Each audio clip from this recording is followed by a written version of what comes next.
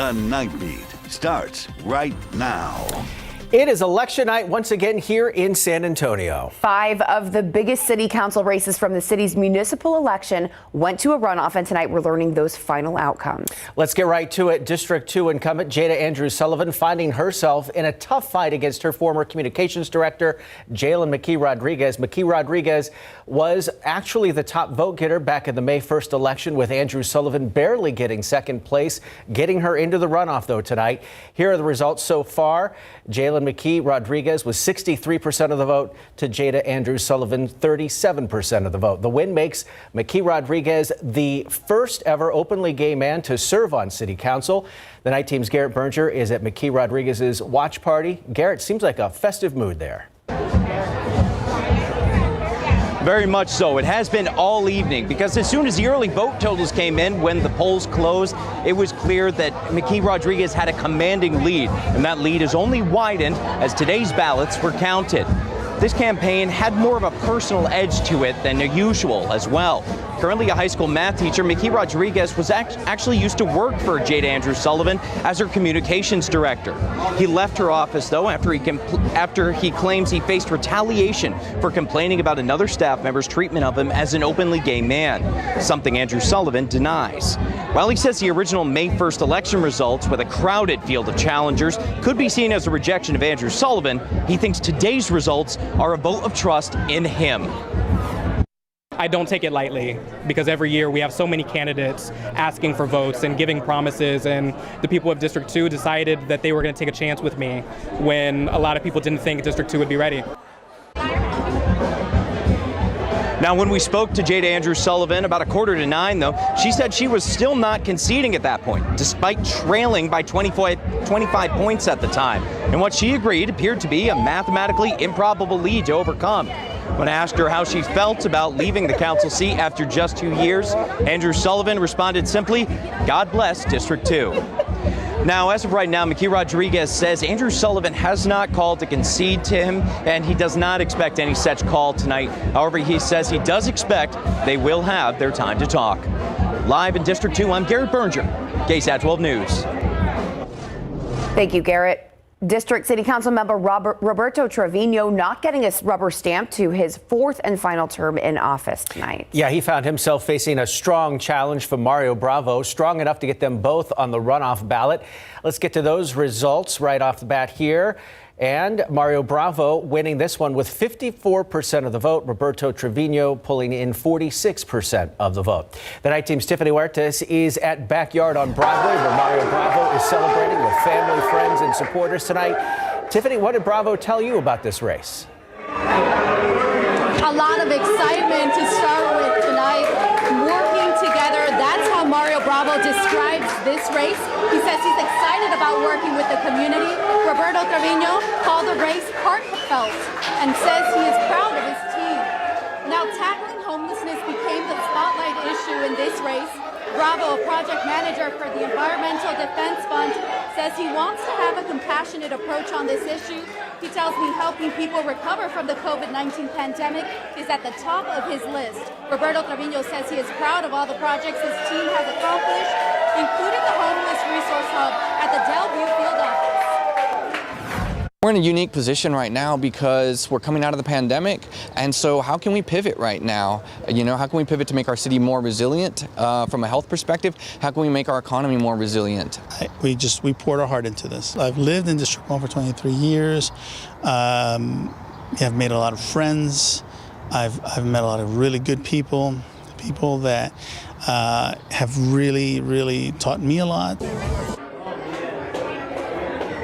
Trevino says he wants to continue to work with the community, but Mario Bravo's team is so excited here tonight. He also looks forward to working with the community. Tiffany Huertas, KSAT 12 News. Taking a look outside with live cam, then right back to your election results. We're still sitting in the low to mid 70s. Really didn't have a chance to get too warm this afternoon because of The showers and thunderstorms that move through, dropping some heavy rain for some, plenty of lightning, even some small hail and gusty winds out there today. Looking at radar right now, things are very quiet out there. We've got a couple of lingering thunder showers all the way down in Bee and Live Oak County. In and around San Antonio, Bexar County, I-35, things are very quiet. That green you're seeing here on radar, that's just the leftover radar clutter from the bats leaving their cave about an hour and a half ago. So things will continue to be quiet overnight. Tomorrow, high temperatures mid to upper 80s, another very slim chance of rain. It's going to be really conditional for us to see any showers or storms tomorrow. Break it down, let you know why, and get you ready for next week as temperatures start to climb. All that ahead in just a bit. Tim. Okay, Katie, thank you very much. We continue now with our election night coverage, heading over to District 9, where Patrick Von Dolen made his third attempt to win that seat. This time around, he made it to the runoff against the incumbent John Courage, who is seeking his third term in office. And John Courage will hold on to his seat with 54% of the vote to Von Dolen's 46%. District 9 had by far the best turnout in this runoff election. 4 times as many people voted compared to some of the other districts that were up tonight. And a majority of those voters went with incumbent John Courage. The Night Team's Dylan Collier live at the Courage watch party as he secured a third term. Dylan? And Tim, Von Dolen had labeled Courage a socialist, which Courage admitted tonight had made him nervous going into this head-to-head election in what is a conservative district. But a strong early vote, as well as a lot of absentee ballots that were in favor of Courage rather than Von Dolen, paced him to victory.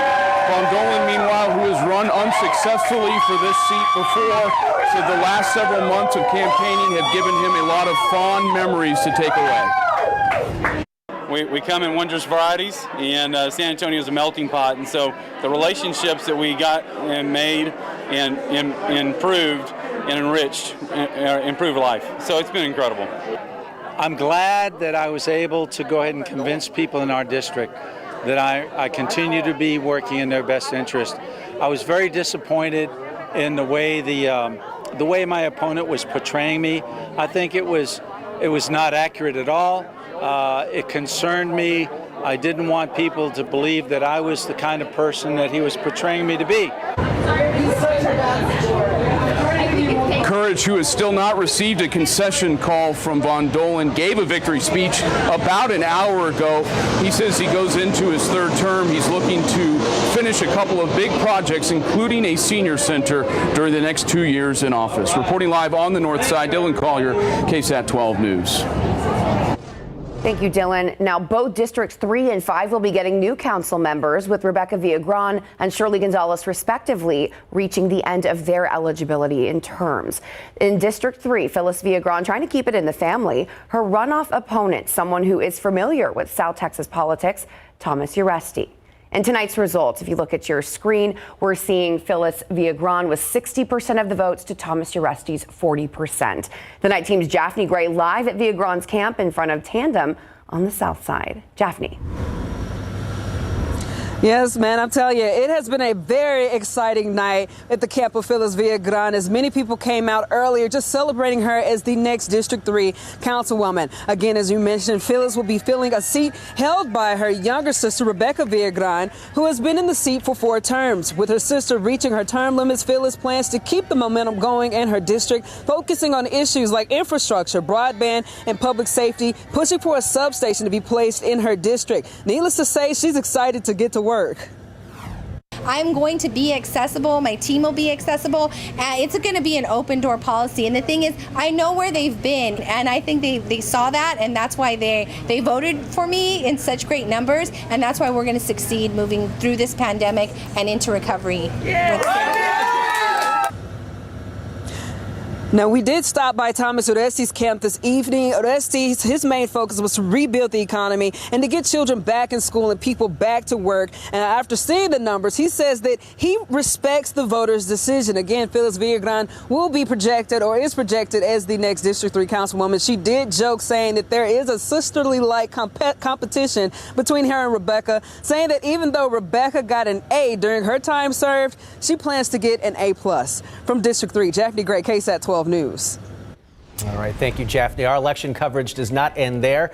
Visit KSAT.com for live updates and election results. We have a link posted at the top of our homepage to get you to the right place, or you can just type in ksat.com/vote. Still ahead on the Night Beat, we'll get to our final race of the night, District 5, right after the break, and more election results and today's top stories coming up at 10:30.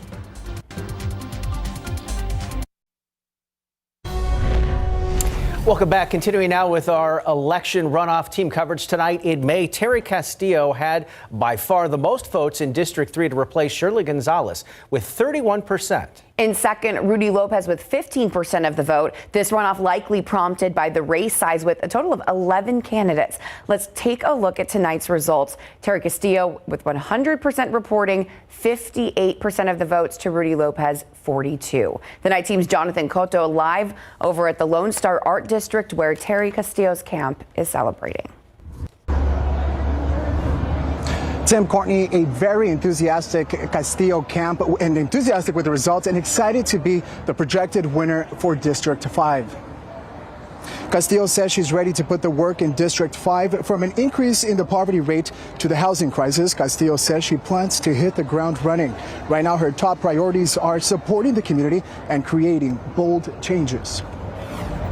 Steering District 5 in a direction that works for us is possible, and it's going to take communities coming together in collaboration to get there, and I look forward to working with everybody all throughout the district. We spoke with the competitor Rudy Lopez tonight, who says he's confident Castillo will do what's needed for District 5. Tim, Courtney, in conversation with guests in attendance, they describe Castillo as an unapologetic Latina who's ready to be the voice for her community. Reporting live from the 1906 Art District in District 5, Jonathan Cotto, KSAT 12 News. Thank you, Jonathan. Some new faces on San Antonio City Council. Yep, absolutely. And the good news for them, because we know reporting live out there on election night, it's not raining on them, Katie. Yeah. Right. And not super hot, too. Right. Correct. Double whammy. And has that not been the really good part of these rain chances? I know it's been rainy. We're kind of ready to dry off here, but it has been unseasonably cool for this time of year, essentially for almost a month. So that's been a plus, that's for sure. We did have some showers and thunderstorms out there this afternoon. Rainfall today has been primarily focused east of the I-35 corridor for some of our coastal Bend counties and off closer to the Houston area. But parts of Medina, Bandera, Bexar, Kendall, Comal counties, even Guadalupe County picked up some nice rain today. Most places generally got between a ½ inch to around 2 inches of rain. The big winners, far northern Bexar County into western Comal County, where we had a couple of bullseyes, and I saw a measured or an observed total of around 2.5 inches. But radar estimates we could have had some totals up to around 3, maybe 3.5 inches of rain in that part of Bexar County and western Comal County. I'm going to step out of the way really quick because this is a cool time lapse. This is from the airport. Starting at 10 a.m. this morning, pretty quiet through lunchtime, but then we got into about 2:30, 3 o'clock, and here comes those storms that were moving in from northern Bexar County. They weren't severe, but obviously they're very ominous when you looked up. If you look north and saw these clouds in the sky, very ominous looking there, dumped some heavy rain. The airport managed to pick up about 3/10 of an inch, almost 4/10 of an inch there.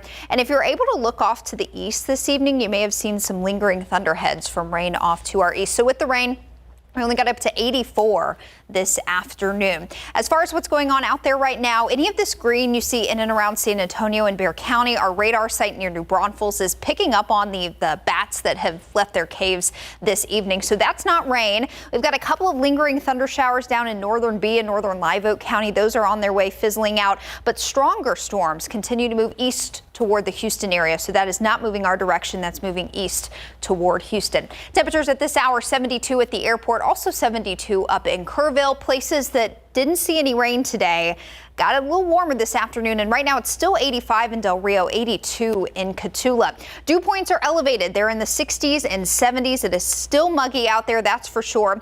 And winds are fairly light. In fact, overnight I expect them to drop down to just about 2 to 5 miles per hour. So it's the combination of the higher humidity, lighter winds, and also really saturated ground from our recent rains, especially the rain today, that I expect to play into some fog developing by early tomorrow morning. So it should be pretty quiet tonight. I can't rule out a little stray shower here or there, but no thunderstorm activity expected. And by tomorrow morning, a lot of us will be sitting near 70 degrees with some patchy fog possible, southeast winds 2 to 5 miles per hour. As we get into the afternoon, a good mix of sun and clouds will get going. As far as any rain goes tomorrow, it's going to be a very slim chance of a pop-up shower or non-severe thunderstorm as we get into tomorrow afternoon. 20% chance there. And that's really based on what's going on in the mid and upper levels of the atmosphere. So we've got this swirl here over Texas. This is an upper level low pressure system or a cutoff low. It's basically just a big piece of rain making energy. That's this red and orange color that you see right here. So that moved right overhead today, allowed those showers and storms to develop this afternoon. That energy is going to move northeast tomorrow, but on the west side of this upper level low, we'll have a few of these little blobs of rain making energy continue to pass by. If we can get a storm or two to break through the cap or the lid on the atmosphere tomorrow afternoon with the help of this rain-making energy, we could have a couple of isolated showers and storms tomorrow. That'll be the case into Monday as well. So that's why I'm going to leave a low-end chance of a shower or storm in the forecast for you tomorrow. Most of us, though, will be rain-free on Sunday, and it'll be a nice day to spend a little bit of time outdoors, but it will be warm and muggy, that's for sure. By the middle of next week, we drop the rain chances and highs are back in the low 90s. Guys. See, it's getting hotter then. Yeah, that's still pretty good for early June around here. We'll take that. Definitely. All right, we all know defense wins championships, and the Cowboys need to fix theirs if they want to win something. That is absolutely correct. Their defense last season, as we know, was absolutely horrible, so they brought in Dan Quinn as defensive coordinator. One of the changes he's making is moving Leighton Vander Esch to a different position as a linebacker. And the Clippers Mavs is turning out to be a historic series coming up.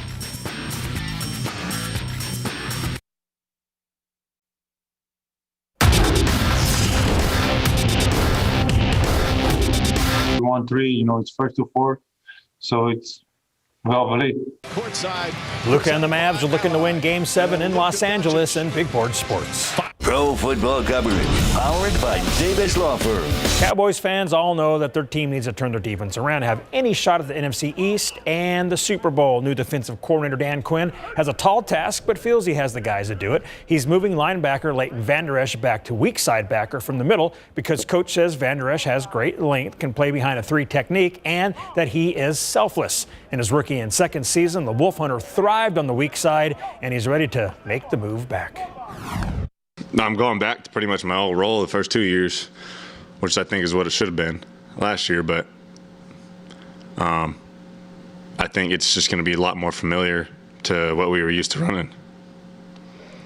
Just running, hitting, making plays, and having fun. Well, I've been really impressed, not just from the OTA time, but every once in a while you can just see a person that's on a mission. And I think that's what I've seen from Leighton from the time I arrived. To see him, you could just feel the energy and intensity that he was putting into his workouts to change his body, to get strong as he could.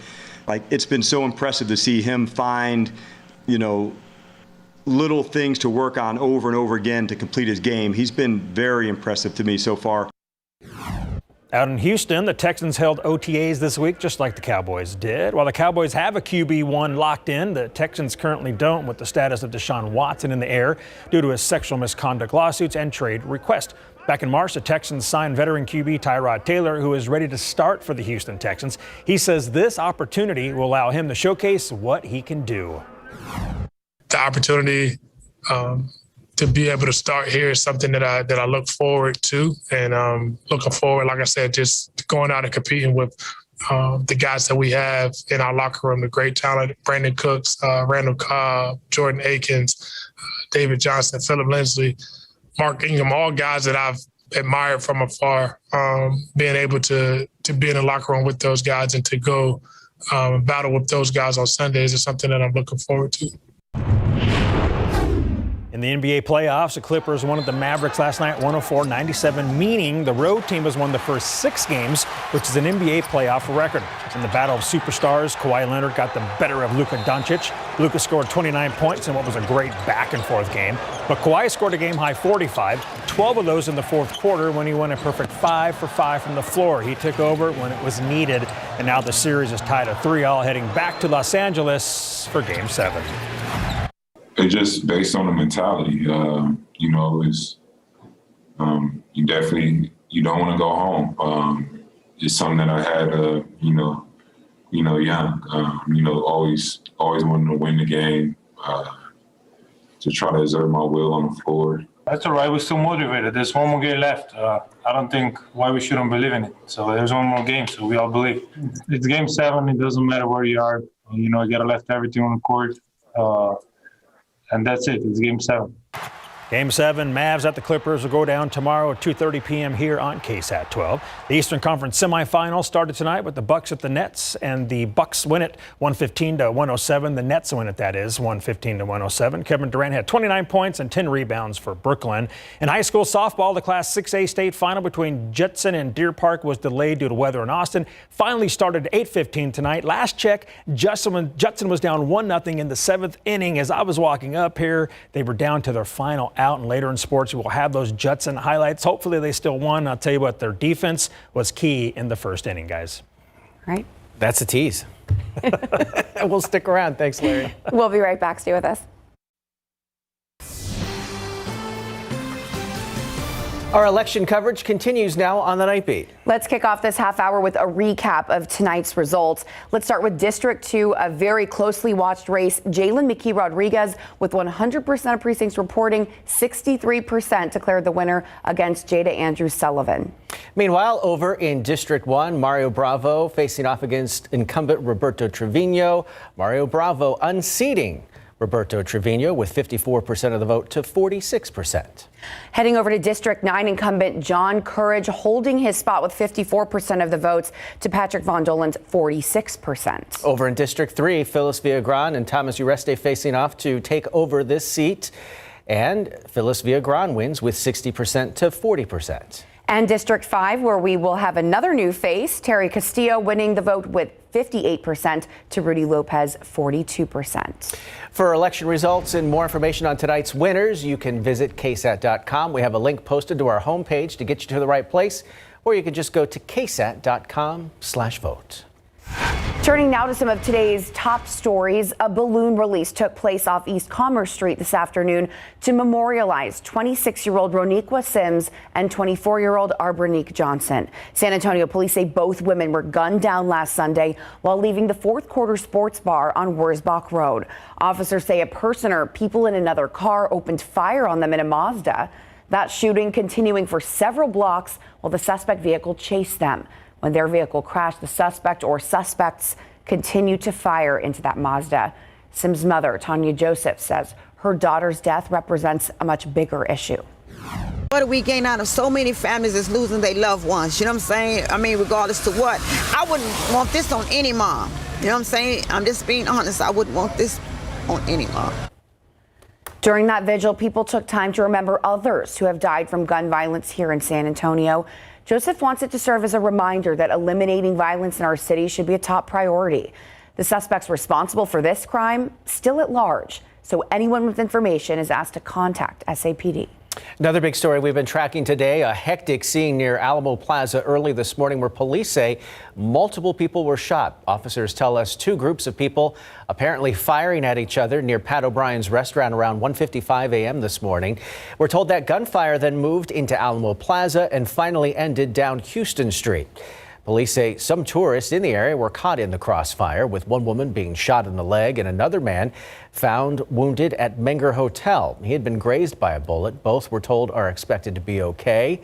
Two suspects were later caught on College and St. Mary Street. We're told one of them, identified as 21-year-old Nicholas Holland, had a gun in his waistband and had multiple warrants already out for his arrest. That second suspect, who was taken into custody, was later released. We're told that investigation still ongoing tonight. Police are hoping security cameras will lead them to the suspect who shot and killed a man on the east side last night. The shooting happened just after 11 p.m. on Nelson Avenue, not far from East Houston Street. When police arrived on scene, they found the victim with a gunshot wound to the chest inside his vehicle. He was taken to the hospital but was later pronounced dead. No word yet on a suspect description. Several law enforcement agencies called out to the scene of a reported explosion at a bar near Bernie early this morning. The Kendall County Sheriff's Office says deputies were called out to the Random Beer Garden on Upper Cibolo Creek Road just before 11:20 a.m. What they found in the parking lot when they arrived were the remains of a homemade explosive device. We're told one person is in custody tonight and no injuries were reported. The Bernie Police Department and SAPD bomb squad assisted deputies at the scene and say while they are still investigating, they don't believe there is any threat to the public. A man was hit and killed on Highway 151 last night. The crash happened just before 11 p.m. near Wiseman Boulevard. San Antonio police say he was trying to cross the main lanes of Highway 151 when a vehicle could not stop in time and hit the man. He was pronounced dead at the scene. That driver did stop to help and will not be facing any charges. No other injuries were reported. Still ahead on the Nightbeat, hear from our own KSAT crews as they recount their experiences covering protests in the wake of the killing of George Floyd last year. We step into the breakdown booth next.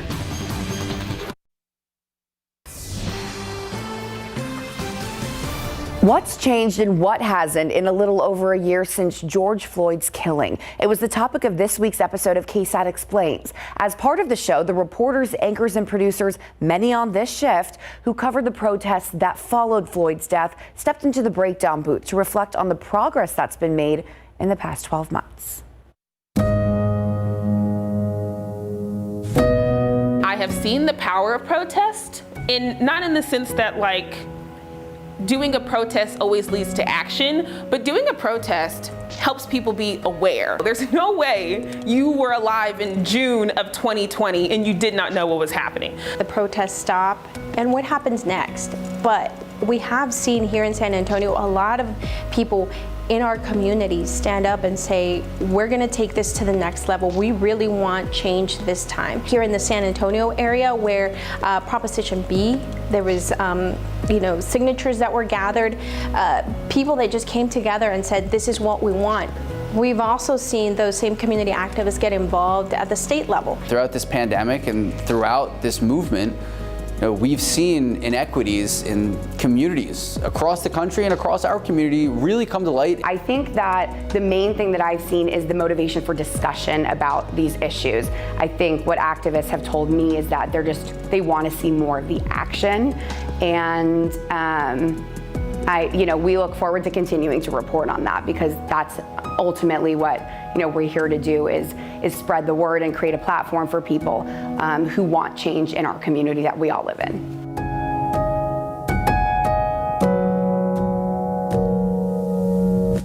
KSAT Explains 1 year later examines the progress made towards police reform locally and takes a look at what's happened since San Antonio declared racism a public health crisis back in August. It's available to stream right now on ksat.com/explains, or you can search for it on your KSAT TV app. Another look outside with live cam. This looked much different this afternoon between about 2:30 and 4 o'clock as we had some storms moving through central Bexar County from the north. You probably saw some dark clouds out there today, maybe even heard a few rumbles of thunder and got some heavy rain. I know we've got some cars out there that need some loving, a little cleaning up, mine included. Car wash forecast for the next couple of days. We're holding on to very low end chances of spotty showers and storms. As we get into Sunday and Monday, my days are wrong. But by early, certainly by the middle half of next week, rain chances fall out of the forecast and you will have the green light to clean all those cars up. We'll talk more about tomorrow's spotty rain chance and take another look at your full forecast coming up.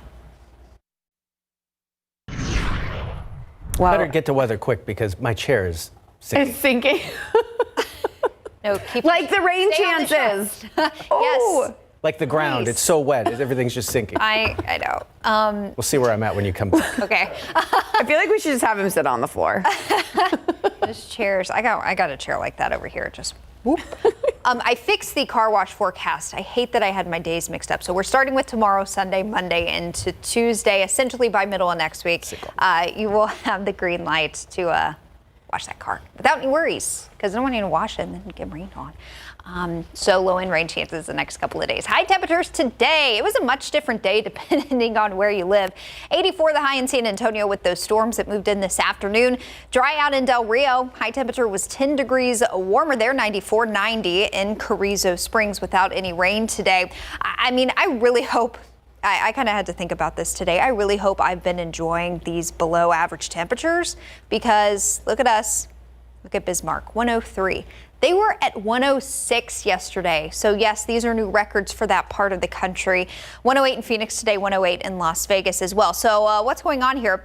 Well, we've got a ridge of high pressure that has been really dominating the western portion of the country. It's being suppressed today by this upper level low coming in over the Pacific Northwest. Meanwhile, here in our part of the world, we've had this cutoff upper level low pressure system that's been slowly moving over Texas. It was to our west earlier in the week, and that's been tossing us the rain making energy and the moisture that's kept rain chances in the forecast here locally. As we get into tomorrow and Monday, this will finally start to move away, but on the western side there will be a couple more little pulses of this rain making energy where you see these orange colors here. So that's why I'm going to hang on to a low end chance of some spotty showers and storms Sunday into Monday. But by early middle part of next week, that ridge of high pressure sneaks into our parts of the U.S.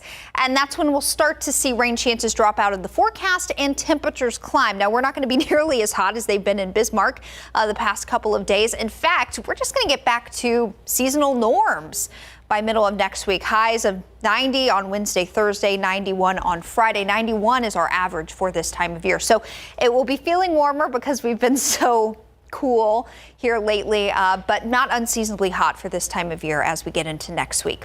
72 now at the airport. Dew point still in the upper 60s, and our winds are really starting to relax tonight. They're going to be light overnight, and that'll likely aid in some patchy fog by early tomorrow. Another look at radar. Things are very, very quiet out there. We had a couple of lingering thunder showers down 37 near Beeville, just north of Beeville. Those are fizzling out. Storms continue to move east toward the Houston area, but for our part of the world, things are quiet out there. And I expect a quiet night tonight. Mostly cloudy skies and a little bit of patchy fog building in. As we head into tomorrow afternoon, we'll clear out, so more of a mix of sun and clouds.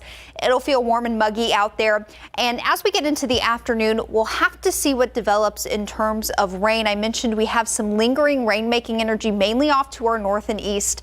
If we can get a shower or storm to break the cap or the lid on the atmosphere, we could have a couple of isolated showers and storms out there tomorrow, but I don't expect as much activity tomorrow as what we saw today, if anything can break the cap tomorrow afternoon. So I expect most of us will have a rain-free day tomorrow. Highs mid to upper 80s after a little bit of patchy morning fog. Low in chances of some thunder showers as we get into Monday. But as we get into Tuesday, just a stray shower possible, and then dry for the back half of next week as our temperatures start to climb. So it'll be toasty next week, but it could be worse. Yep. The temperatures may be climbing, but my chair's not. How you doing down there?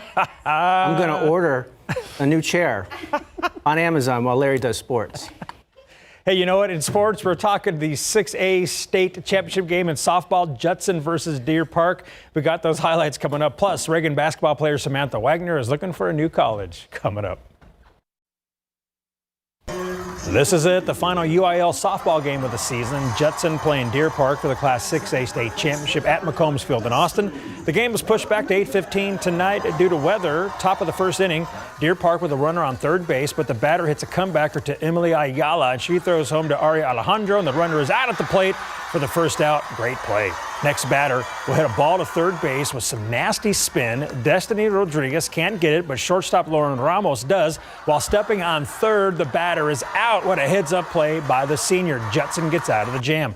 Top six, Deer break through and to score this game. Aaron Perez comes up with an RBI single to score Rihanna Neiman from second base, and the Deer lead 1-0, and they are pumped. Bottom six, Rockets with the bases loaded. Queen Dunn gets caught looking for out number 2. Next batter, Samara Sanchez gives it a ride to center field, but the outfielder grabs it for the final out. Threat over with. Bottom 7, Judson down to its final out. Destiny Rodriguez sends a fly ball to center field, and that's your ball game. Deer Park wins a pitcher's duel, 1-0. Time for them to celebrate. What a great run by the Judson Rockets. Their first trip to the state championship contest. We'll have more tomorrow at 5:30. In baseball, Smithson Valley faced their own weather delays for the third straight weekend. The Rangers had to wait to finish their winner-take-all regional final game against Los Fresnos on Friday morning at Cabinets Field in Corpus Christi. The game resumed in the bottom of the sixth with the Rangers leading 2-0, but the Falcons had the bases loaded and promptly tied the game at 2. Smithson Valley once again found a way to win, this time on an RBI single from Tim Arguello on the top of the seventh. Smithson Valley won the game 3-2, and they're heading to state thanks to their poise under pressure. In girls high school basketball, Reagan's Samantha Wagner is one of the best in the nation. She's classified as a wing but plays point forward. She's ranked 11th in the nation and number 1 in Texas by ESPN class of 2023. And Sammy recently reopened her recruitment to all programs after Kim Mulkey decided to leave Baylor for LSU. Samantha, who's entering her junior season at Reagan High School, verbally committed to Baylor in 8th grade at 14 years old. She first met Coach Mulkey when she was 6 years old at a Baylor basketball camp, the start of a lifelong friendship between the two, she says. Samantha and her parents had an emotional conversation April 25th, the day the news broke Mulkey was leaving Baylor after 21 seasons. It was very emotional on both sides because I always wanted to play for her, and I wanted to play at Baylor, but she was a huge part of that. So I told her I decommitted, and I told her that I wish her the absolute best at LSU, and that's where she's from. That's her hometown. Her son's there. So I was happy from her from that standpoint. Obviously, I was sad she was leaving, but I was happy for her, and she offered me a scholarship at LSU also. An offer Sammy says she will consider. She's leaving Monday to head west to visit a couple of schools on her list. And as a sophomore, how about this? She averaged 22 points and 10 rebounds per game. She is truly a coach's dream. Astros playing at the Blue Jays today in Buffalo, New York. Bottom of the fifth, Blue Jays up 5-1 when Vladimir Guerrero Jr. hits a big fly to left field and gone. 2-run shot. His league-leading 18th home run this season. Blue Jays win by a final of 6-2, and they'll close out the 3-game series tomorrow afternoon. And also, the Rays beat the Rangers in Arlington today 3-0. Tim, how's that chair? It's working for now, but if it breaks again, it's going to go across the studio like Bobby Knight throwing a chair in the 80s. Yes. You like the sports reference? Fingers crossed. I want to see that. Duck, okay? Me too. All right, we'll be back.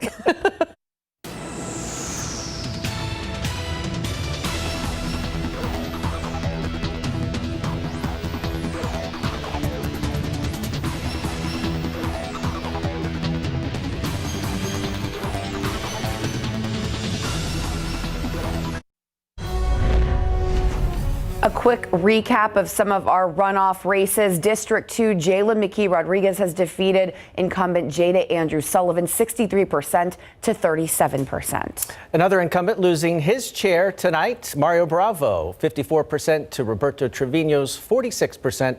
Mario Bravo will be taking over that seat in District 1. In District 9, John Courage, the incumbent, has kept his seat. He won 54% of the vote to Patrick Von Dolen's 46%. And don't think we didn't save time for something good, because we did. And it's about Harry Potter. Even better. I'm so happy. Get this, you're now able to step inside the magical wizarding world in a one-of-a-kind store. The world's one and only Harry Potter merchandise store opened its doors in New York this week. At the store, you can find all things Harry Potter themed, and it also offers interactive games in store, photo opportunities with Dumbledore, and more. It also has an exact replica of Dumbledore's rotating staircase. The store's over 21,000 square feet and spans 3 floors. Now, if I go there and get a wand, can I fix my chair? I don't know, because you're not truly a wizard. Well, I'm a muggle, but can you fix it? I can fix it for you, yes. I'll bring my wand in. There you go. I'm not allowed to bring Katie it can to fix work. the weather. I would make a Harry Potter reference, but I know Courtney's like the Harry Potter person, so I'm not even going to try because I'll say it wrong. You can. Like Leviosa. I know that one. Leviosa. Reparo? Reparo. Reparo. That'll fix it. You got it. That's fix? Uh-huh. Nifty. It's Leviosa. Leviosa. Patchy fog. I told you we had something good. In the morning, I can't rule out a spotty thunder shower, but most of us will get through tomorrow without any rain. Same goes for Monday. By middle of next week, we are toasty again. This is for our producer and director, Swish and Flick. Whatever that means. Thanks for watching tonight. Be sure to watch GMSA tomorrow. I don't know if it'll be this entertaining, but I hope it is. Have a great night.